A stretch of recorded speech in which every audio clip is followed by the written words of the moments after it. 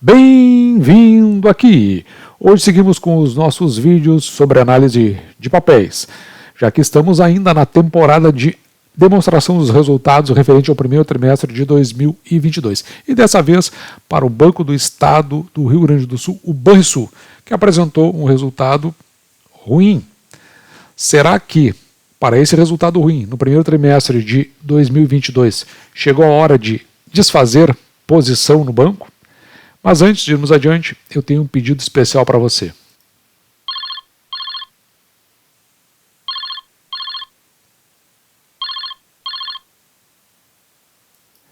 E como dessa vez requereu um estudo um pouco mais aprofundado para que a gente pudesse compreender o que aconteceu no desempenho do banco, nós tivemos que nos utilizar aqui da análise de desempenho do primeiro trimestre de 2022 no seu sumário de resultados. Também nos utilizamos das demonstrações financeiras do período de análise, o primeiro trimestre de 2022. Vamos nos utilizar para mostrar para você a apresentação de resultados aqui do trimestre e, por fim, as informações trimestrais, encerradas em 31 de 3 de 2022, onde também a gente completa o estudo. Então, indo para a apresentação de resultados, vamos dar uma encurtada aqui. O banco começou dando uma demonstração de cenários. Então, ele fez uma referência na sua apresentação que, por exemplo, o PIB gaúcho, ele teve um crescimento, se nós considerarmos aqui dezembro de 2020 até dezembro de 2021, de 10,4%, enquanto o restante do país cresceu 4,9%. O estoque de crédito, veja que o Brasil atualmente está em 15,9% e no estado do Rio Grande do Sul, que esse RS aqui, módicos 11,8%, havendo aqui uma margem de crescimento bastante interessante, o que pode gerar oportunidades para esse mercado. E o PIB per capita do Rio Grande do Sul, que é considerado 25% a maior que o PIB do restante do país. O que dá uma ideia assim, de um cenário que pode vir a se tornar logo em seguida bastante pujante. Claro que essas explicações também, nós estamos no ano de eleição, elas também têm um caráter político aí que a gente tem que sempre considerar. Mas, de qualquer forma, o Rio Grande do Sul, segundo o relatório, superou o desempenho nacional acumulado de 2021 na agropecuária e na indústria. Nessa parte aqui, durante a apresentação, ela é interessante que, se você é investidor do banco, ou se você pretende investir no banco, ou até se você tem a ideia de desfazer posição, é interessante você verificar toda uma construção desse argumento, principalmente pelo período pandêmico, a incidência da cepa Ômicron, e o que aconteceu com relação às agências, as renegociações para que as agências continuassem abertas, as pessoas indo, mesmo com grandes dispensas. É interessante ver essa parte da explicação, mas o que interessa é que o crescimento da carteira de crédito no primeiro trimestre de 2022, quando comparado aqui com o primeiro trimestre passado, teve aqui um crescimento de 3,3%, sendo que esse é o maior crescimento histórico da carteira, segundo foi apontado pelo banco. Então, tem um crescimento significativo aqui no crédito. E aí você pode perguntar, tá, mas e por que pode ter dado um resultado ruim? Nós veremos logo a seguir. Mas o importante aqui é que na concessão de crédito, veja que a concessão de crédito, no comparativo trimestre-trimestre, primeiro trimestre de 2021 com o primeiro trimestre de 2022, um crescimento de 21,7%, com os seguintes destaques aqui.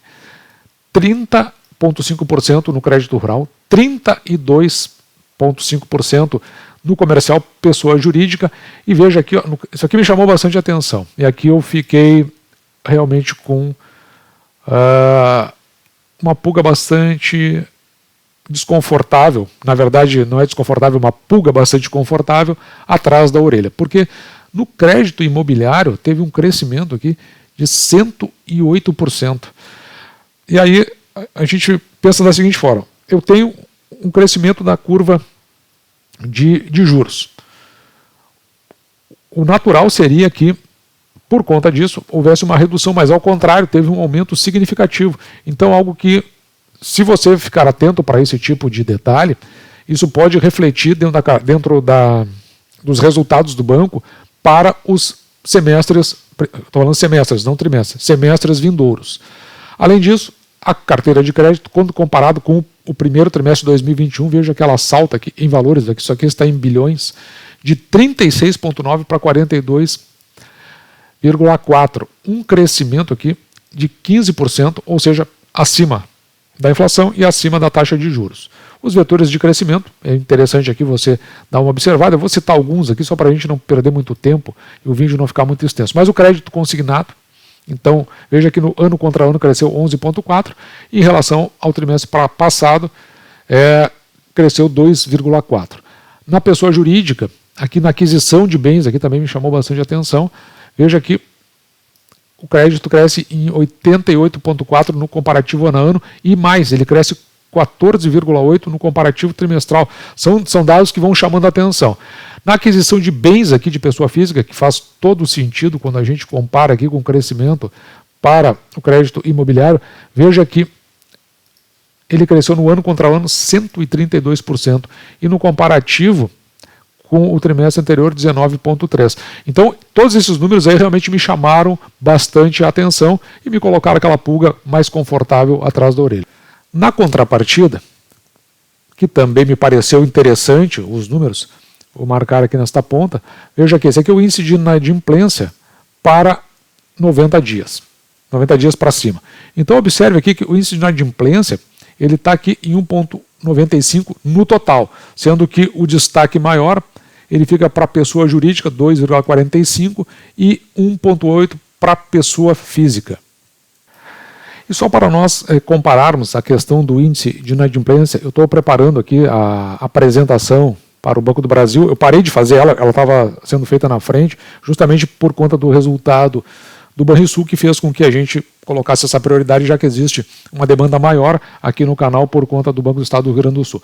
Mas aqui também nós estamos comparando a inadimplência dos 90 dias. Observe que o Banco do Brasil, que tem um índice extraordinário para a inadimplência, ele tem 1,89. E se você for ver essa linha em amarelo, ela é o índice de inadimplência do restante dos pares no sistema financeiro nacional. Então, 1,89 para o Banco do Brasil, 2,50 no índice nacional. Portanto, o índice de inadimplência para o Banrisul está em parâmetros bastante confortáveis. E aquele que dispara, assim como o principal aqui do banco, que é na pessoa física, justamente pela conta do crédito consignado, 1,8. Então, nessa parte o banco está bastante tranquilo. Além disso, veja que o índice de cobertura do banco ele teve uma crescente aqui, comparado com o trimestre passado, mas o que chama atenção aqui é que coloca também esse índice de cobertura em parâmetros bastante aceitáveis e bastante confortáveis. Outro aspecto bastante interessante é você verificar aqui a concentração da carteira. Enquanto que a média do mercado é ter, no total da carteira, 14,2%, com aquelas empresas que são os maiores devedores, o Banco do Estado do Rio Grande do Sul só 7,4%, bem abaixo disso. Então, significa que é uma carteira bastante diversificada. No comparativo, no índice de provisionamento, observe aqui, o saldo de provisão é esta barra em azul e a carteira de crédito é esta barra em verde aqui. Então, como é que isso aqui é feito? Observe que, ao longo do tempo, a carteira que ela vem aumentando em termos do seu crédito. E, no entanto, se você for verificar, desde o primeiro trimestre de 2018, o saldo de provisão aqui ele tem uma redução. Então, por isso que esse comparativo que você está vendo aqui nessa linha que estabelece o índice, um dividido pelo outro, ele está nesse decrescente. Além disso, as despesas com provisão cresceram aqui, mas pouco significativo e mais ou menos se mantiveram no mesmo patamar. E agora, com relação à performance financeira, e nessa parte aqui eu vou deixar para que o próprio banco conte a sua história. O nosso líquido ajustado do primeiro trimestre de 22, depois a gente vai falar com mais detalhes, foi de 164 milhões, com uma queda em relação ao ano anterior em torno de 40%. A carteira de crédito mostra um comportamento em 12 meses robusto, como eu já mencionei, o maior crescimento em 10 anos, 15% de crescimento em 12 meses. O crédito consignado também com um crescimento muito importante de 11%. O crédito rural com impressionante 44% de aumento, né, também na base de 12 meses. A receita de serviços e tarifas crescendo em torno de 3%, o índice de inadimplência nosso em longo histórico, assim como o índice de cobertura bastante confortável. Mantemos a nossa despesa de pessoal basicamente estável. Crescimento. Aqui o importante para destacar é justamente essa queda aqui, ó, no lucro líquido ajustado. Esse aqui é o lucro seguindo aqueles parâmetros aceitáveis aqui para o Brasil nas demonstrações dos resultados contábeis. Mas veja que os outros parâmetros aqui eles têm destaques. De 0,4% em base 12 meses, isso a despeito da correção dos salários em decorrência do dissídio da categoria, que a partir de setembro cresceu em quase 11%, e apesar disso, depois a gente vai ver também com mais detalhes, né, mantivemos a nossa despesa anual com o pessoal praticamente inalterado, né? Vamos aqui ao próximo slide da rentabilidade. Nós temos, em relação ao ano passado, uma queda importante de resultado, mas acreditamos que o pior em termos de ajustes, principalmente em relação à margem decorrente do aumento acelerado da Selic, estamos aí, nós temos uma operação muito mais concentrada em pessoas físicas com operação prefixada do que a média da indústria de banco de varejo, como nós não temos uma operação relevante de corporate, large corporate, e nós o cliente é o cliente pessoa física, que basicamente na linha consignada se está falando de pré-fixado. Então, esse ajuste de margem decorrente desse crescimento acelerado da taxa Selic de mais de 10 pontos percentuais em um ano, eu diria que agora está alcançando uma certa estabilidade na nossa margem e a gente acredita que esse trimestre tenha sido o pior momento desse ajuste. Os senhores sabem também que essa carteira de consignada, apesar de ter um prazo contratual muito longo, ela tem um giro decorrente da necessidade desses clientes de refazer a operação para receber caixa de tempos em tempos, faz com que, então, essa carteira seja girada no prazo médio inferior ao prazo contratual, isso por interesse do próprio cliente, e em decorrência disso, a taxa vai sendo ajustada de forma rápida. Então aqui, o que ele está dizendo, que é o efeito que foi causado sobre a margem. Então, os dois grandes fatores de impacto aí que a gente viu é a margem financeira e a provisão de crédito. E dentro da margem financeira, que talvez seja o que ele aponta com mais significativo, é que o que acontece? Tu toma o crédito por um valor X e depois, para que se continue o giro, se retoma um novo crédito. Isso aí leva um tempo para causar o efeito sobre os valores que são empenhados para fins desse crédito tomado. Então ele vai ter reflexo não imediato, né, mas na linha do tempo, que aqui ele não explica exatamente como é, mas é interessante ver como é que o banco vai se comportar, principalmente para o terceiro trimestre de 2022. Então que estejamos já no fim do ciclo, ou muito próximo do fim do ciclo dessa reprecificação da carteira. Então, ele está dizendo que está no final do ciclo. Eu sou mais conservador, então eu espero o resultado do terceiro trimestre de 2022. E segundo a pessoa que apresenta aqui, que é o CFO da companhia, ele está dizendo que a partir do segundo trimestre a gente já consegue enxergar esses resultados. O que fará com que a nossa margem volte. A provisão de crédito teve também impacto do crescimento da carteira e ela, então, por isso também afetou de forma razoável aqui o resultado quando comparado ano contra ano. Isso não significa que a nossa carteira tenha piorado a qualidade, ao contrário. A carteira tem mostrado aí que ela tem melhorado a cada período, né? Nós estamos aí, inclusive, no mínimo histórico de inadimplência. Então, na página, na próxima slide, que é o número 10, nós temos aqui, então, essa questão da margem do NA em gerencial, aí já se coloca em números aqui, o que eu comentei no slide anterior, que é a estabilização da margem financeira, que apesar do aumento de quase 250 pontos nesse período da taxa Selic, nós já temos aqui uma estabilização da nossa margem gerencial, e isso em grande parte pelo efeito de reprecificação da carteira, por esse giro que eu comentei no slide anterior. Então, nós estamos aqui, então, confiantes que a gente agora daqui para frente vai continuar fazendo reprecificação, mas provavelmente em bases melhores em termos de margem do que tínhamos tido no trimestre anterior e nesse. Então, na verdade, vamos esperar. Ele está falando do segundo trimestre, eu esperei o terceiro, mas vamos ver o que vai acontecer para fins do segundo trimestre, para ver se realmente essa variação do NII, da margem gerencial, ele tem o impacto aí que o CFO da companhia está assinando. Vamos aqui ao 11º, sobre a nossa captação. Nós temos uma excelente estrutura e perfil de captação. Nossa captação tem um custo inigualável, 78% da Selic como média de custo de captação, sendo que no CDB o custo é 87% da Selic.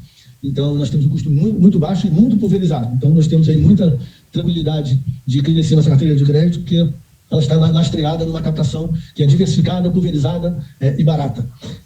Em fevereiro desse ano, há que se notar que a gente liquidou a dívida subordinada que foi emitida em 2012, e nós já tínhamos emitido há um ano atrás uma dívida subordinada de $300 milhões para substituir essa dívida que já não estava tendo praticamente efeito nenhum no nosso índice de capital, e ela foi liquidada agora por quase R$3 bilhões. Era, do ponto de vista, o resultado é neutro, no sentido que ela tinha hedge para reais, então essa operação toda foi desfeita agora em fevereiro de 2022. Isso, de certa forma, faz com que também... Vou mostrar depois no balanço isso aí, no fluxo de caixa. Suba de 66% para 71%, em decorrente da saída desses 3 bilhões de dívida subordinada, mas continuamos contando com os $300 milhões que foram emitidos no ano passado para fazer frente a capital de nível 2.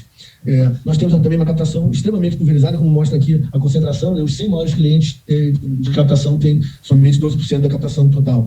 Então é bastante diversificado, e eu diria que o nosso passivo é um ativo do banco. Vamos aqui na índice de capital.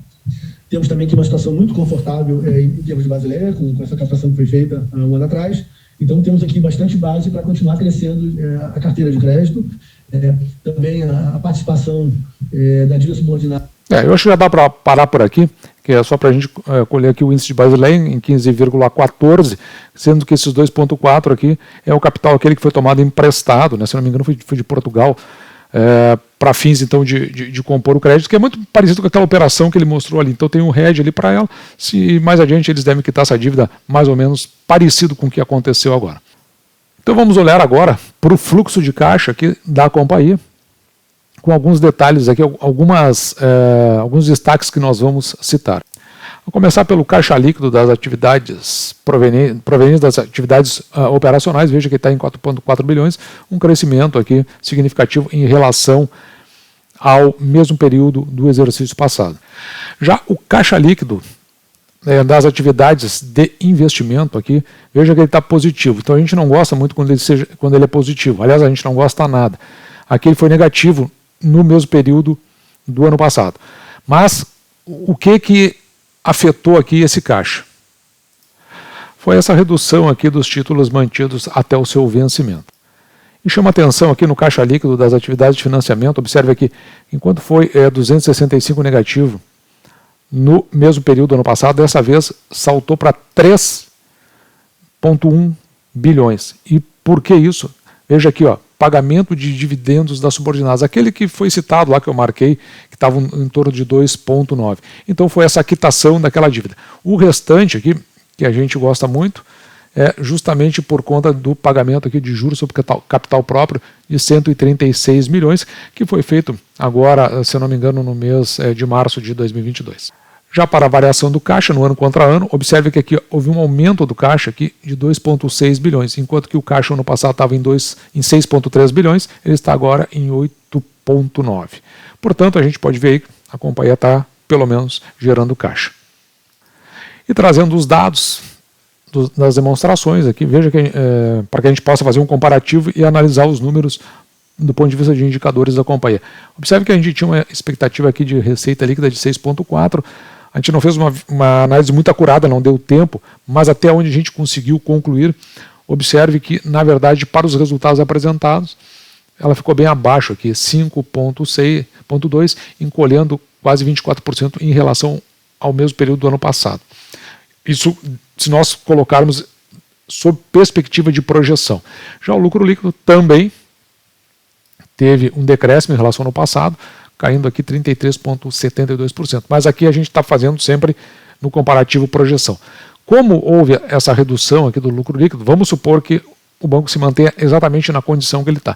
Então, para o que ele já anunciou aqui, que é um payout de 50%, ele consegue aí pagar no máximo 80 centavos por ação, quando a gente tinha previsto aqui R$ 1,18. Então, a menos que haja alguma recuperação significativa, e nós vamos ter que ver isso aí ao longo do ano, ele vai ter que pagar menos do que ele estava acostumado. Para esses números, observe que até o patrimônio líquido do banco deu uma encolhida aqui, pouco significativa, em torno de 2%, de 9,2 0,5 bilhões para 8,9. Com isso, o preço sobre o valor patrimonial por ação do banco continua aqui no 0,45, o que pode indicar que a ação esteja barata. Pode, mas não necessariamente. Já o preço, quando dividido pelo lucro líquido, dividido por ação, em 6,19, onde ele teve um acréscimo. Evidentemente que ele só poderia ter um acréscimo, uma vez que houve a redução do lucro líquido. E agora, trazendo essas informações para a nossa planilha resumo. O Banrisul está aqui, nós já tínhamos comparado anteriormente com Santander, Bradesco, mas também comparamos com o Banco do Brasil.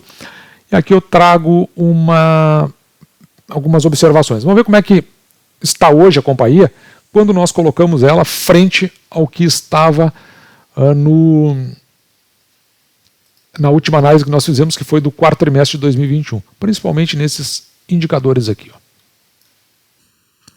Observe que o retorno sobre o patrimônio líquido médio ajustado do banco, na última vez que nós analisamos, estava em 11,4. E agora ele piorou para 7,3. O retorno sobre os ativos médios do banco estava em 1,0, na última vez que nós analisamos o Banrisul. E agora ele deu uma decaída, está em 0,6.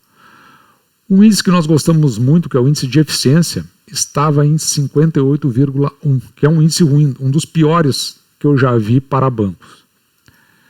E ele ainda piorou, que cresceu para 59,6. Aqui é uma relação, né, o quanto se gasta para que você gere a receita do banco. Então, o encolhimento da receita, evidentemente, para essa receita mais encolhida, o banco está gastando mais. E o índice Basileia, que estava em 15%, tem agora uma melhorada sutil em 15,14. Bom, mas então, agora passando aqui para o PL do banco. O PL do banco, o preço dividido pelo lucro, em 6,19, significa que se você investir hoje no Banrisul, para esse resultado pífio do lucro líquido que ele teve, você vai ter o retorno aí, em termos de lucro líquido, em aproximadamente aí 6 anos e 3 meses. Se você, tomando o preço da ação dividido pelo valor patrimonial por ação do banco, então 0,45, podendo indicar que a ação esteja barata.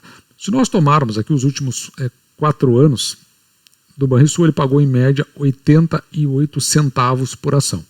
Para 88 centavos por ação, o preço teto aqui do banco ficaria em 14,65. E o que seria o nosso preço teto? Seria tomar os proventos, dividir por 6%, e porque 6% é o mínimo que nós aceitamos receber em proventos pelo valor que pagamos pela ação. Então, o nosso preço teto, o máximo que nós aceitaríamos pagar por uma ação do Banrisul, olhando para o passado, pelo que aconteceu no passado, R$ 14,65. Mas se nós formos olhar para as nossas projeções, veja que o banco aqui teria então condições de pagar 80 centavos no exercício de 2022, e para 80 centavos, se dividirmos ele por 6%, então o nosso preço teto ficaria em R$ 13,33. Ocorre que no momento em que é feito esse vídeo, a cotação do Banco do Estado do Rio Grande do Sul está em 9,94 para BRSR 6, ou seja, ação preferencial de nível de classe B. E observe que ao tempo deste vídeo, a ação do Banrisul, BRSR 6, então a ação que nós estamos avaliando, está cotada aqui a 9,95, com uma queda de 7,44%. Provavelmente justa por conta do resultado apresentado pelo banco. Isso aqui foi divulgado na noite anterior a essa movimentação do mercado, e agora nós estamos observando a ação aí em franca queda. E agora, olhando aqui para as nossas metas, nós temos uma meta aqui de 7.119 ações, estamos com 5.330, faltando aí um pouco menos de 2.000 ações. Pode ser que, na verdade, esteja surgindo uma oportunidade. E com relação à pergunta que nós fizemos no início do vídeo, se essa é uma hora de desfazer a posição.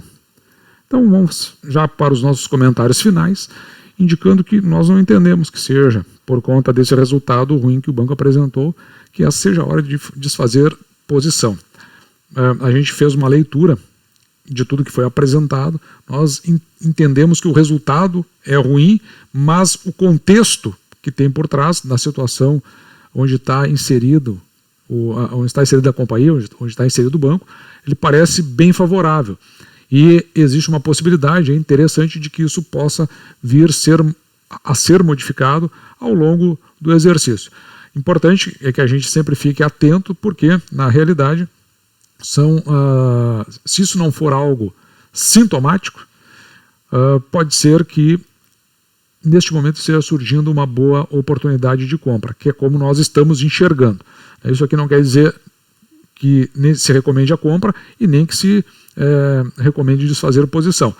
A forma como nós estamos enxergando é como o surgimento de uma possibilidade, porque o mercado, às vezes, ele é muito, vamos dizer assim, assodado, né? Age com muita pressa na hora de tomar suas medidas, porque ele vê o resultado, ele tem uma reação imediata. Mas a gente prefere olhar isso aí, porque nós estamos fazendo um investimento de longo prazo dentro da companhia. Além disso, tem alguns outros aspectos aí que são justamente de composição, porque é um banco estatal que a gente aqui não vem ao caso, nós já citamos em vídeos anteriores. O fato é, para nós, está aparentando que está surgindo aí uma oportunidade. E assim, esse foi o nosso vídeo de hoje, que eu espero você tenha gostado. Mas antes de eu fazer o fechamento, eu tenho um pedido especial para você.